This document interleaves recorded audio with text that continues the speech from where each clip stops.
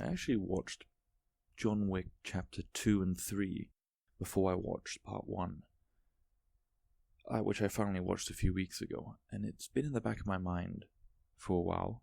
I managed to jot some thoughts down about it, and I thought I'd talk about it.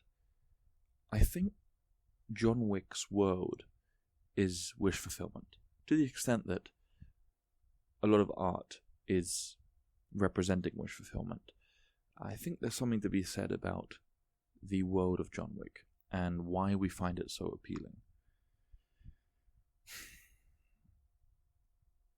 There's elements of this world. The first movie is, I think, you could properly interpret it as an avenging angel destroying devil, hellspawn, satanic powers.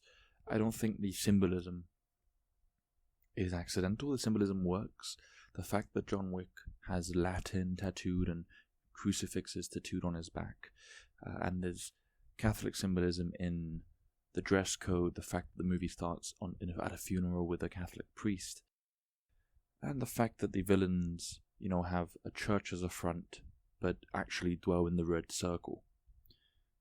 I think as a first movie, you can very much interpret it symbolically as that's what's going on. And he's very much, it's very much a film about vengeance. But the world that is hinted at in, or that is portrayed in the first movie and then is expanded as the movies go on.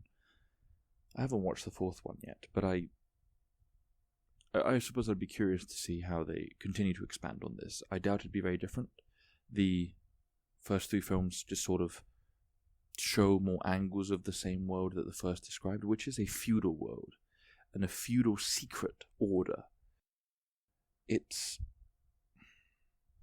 interesting that faced with the world as is right now all around us, this is wish fulfillment for us. And I understand it. It's a world of mystery, so that's immediately dramatic. But it's also a world of gold, of blackmail, of honor, of blood oaths, and of kingdoms. And that's explicitly said by some characters. They are kings in their own kingdom. And so it's a feudal world. In that sense, it's like Dune. And it's interesting that both these franchises, Dune and John Wick, are being made at the same time. Dune is much older, of course, but the fact that they're both as popular as they are says something. And the author of the Dune novels, Frank Herbert, had a theory about feudal systems that, I don't know if he ever explicitly said it, but in his works, feudalism is a recurring system of government, is what humans devolve to in his mind. Or devolve to would be the wrong phrase here. It's what humans return to. It is a hard base that we can always work with. And actually we see that in the films. The most spectacular part about the secret world that is revealed to us in John Wick is that it works. It's a world of networks and of products and of services and of professionals. And it works. It's functional. Everything's connected in ways that people assume. The characters in the film assume. And us as viewers watch and admire. It is structured in a way that we feel sort of envy towards. And the fact that it's a secret world, I think, reveals that of the viewers. It wouldn't work.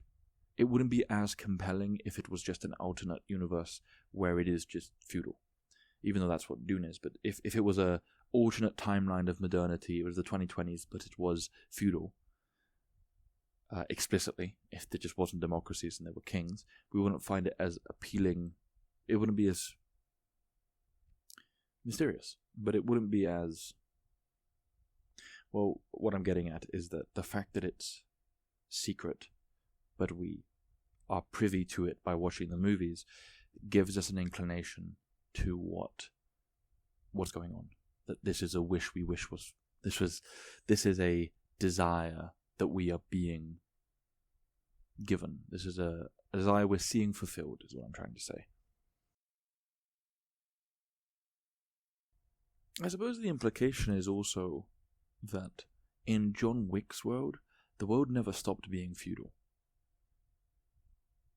The use of physical gold coins and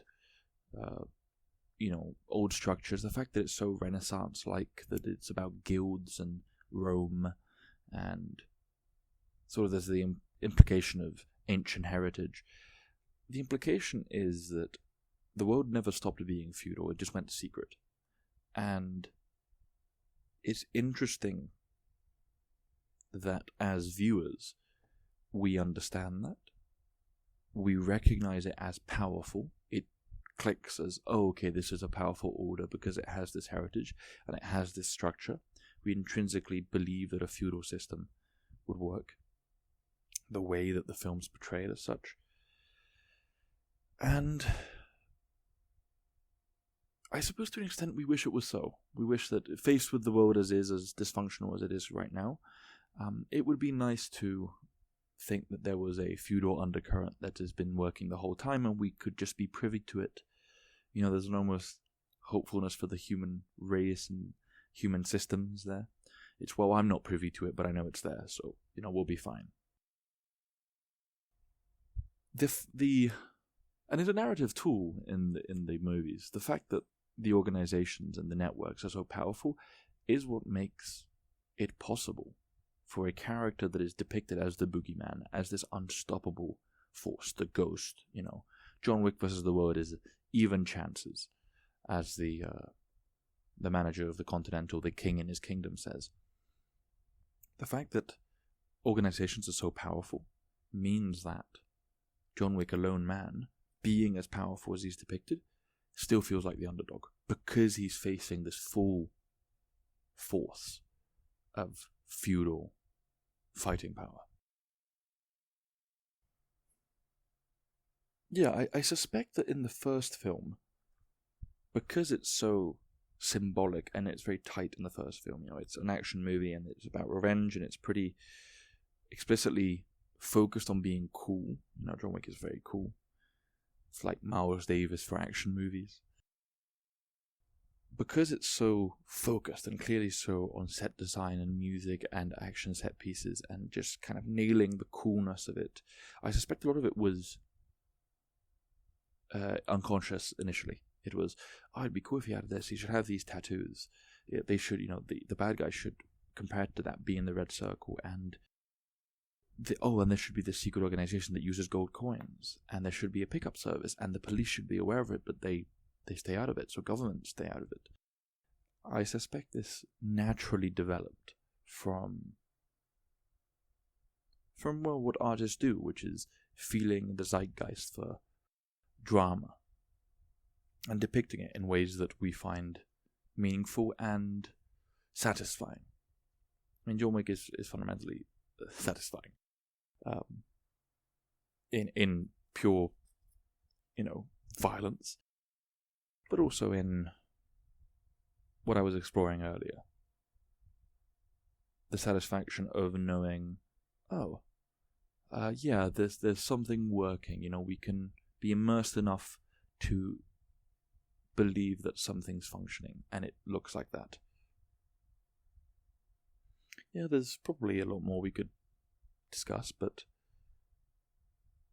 I think that's the most interesting part that I found of the implications of John Wick's world building. Thank you for watching.